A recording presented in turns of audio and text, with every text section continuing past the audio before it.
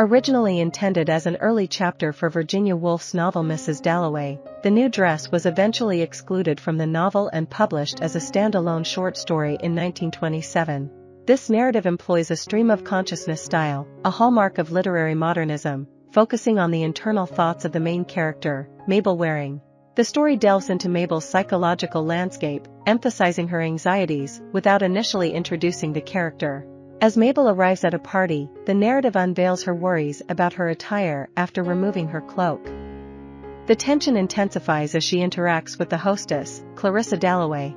Seeking solace, Mabel retreats to a quiet part of the house to scrutinize herself in a mirror, revealing her dissatisfaction and a deep-seated sense of inferiority dating back to childhood. Mabel reflects on a past dress fitting, her relationships, and her perceived inadequacies, with each thought circling back to the pivotal question of whether her current dress meets the standards of the occasion. Despite being surrounded by peers, Mabel becomes isolated in her interior monologue, unable to engage in external conversations.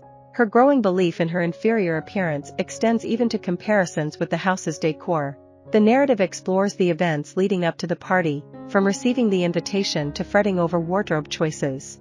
The party prompts Mabel to find satisfaction in creating a new dress inspired by an old design from her mother's fashion book. Despite the time and money invested in her creation, Mabel's inner struggles persist, emphasizing the psychological impact of societal standards on an individual's self-perception.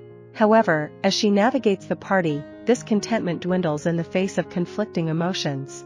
The once beloved dress now appears drab, prompting Mabel to scrutinize it meticulously, dissecting each element from the color to the skirt and sleeves. Whether Mabel vocalizes her anxiety remains ambiguous, but Rose Shaw approaches, offering a compliment on her charming dress. Despite this, Mabel perceives the praise as insincere, providing little solace.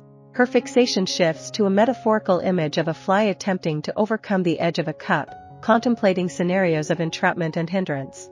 In extending the metaphor, Mabel likened herself to a common fly, contrasting the other partygoers to more majestic insects like dragonflies and butterflies.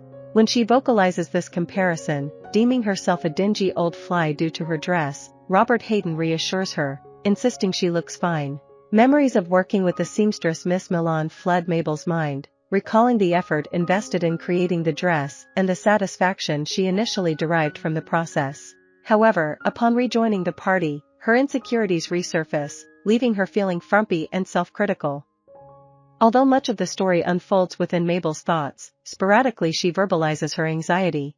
She openly expresses dissatisfaction with her dress again, and Charles, a fellow partygoer, responds with mockery.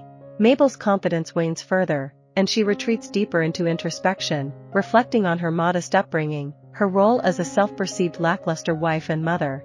Consumed by these thoughts, she resolves to metamorphose into someone indifferent to clothing and others' opinions. However, this resolve is short-lived. Despite telling Mrs. Dalloway she enjoyed herself, Mabel admits to not uttering a single sincere word to anyone at the party. A wave to Charles and Rose marks the conclusion of the story, with Mabel fixating on the old cloak she dons before departing. I hope you enjoyed this video. Leave a like if you did, and be sure to subscribe. Thank you.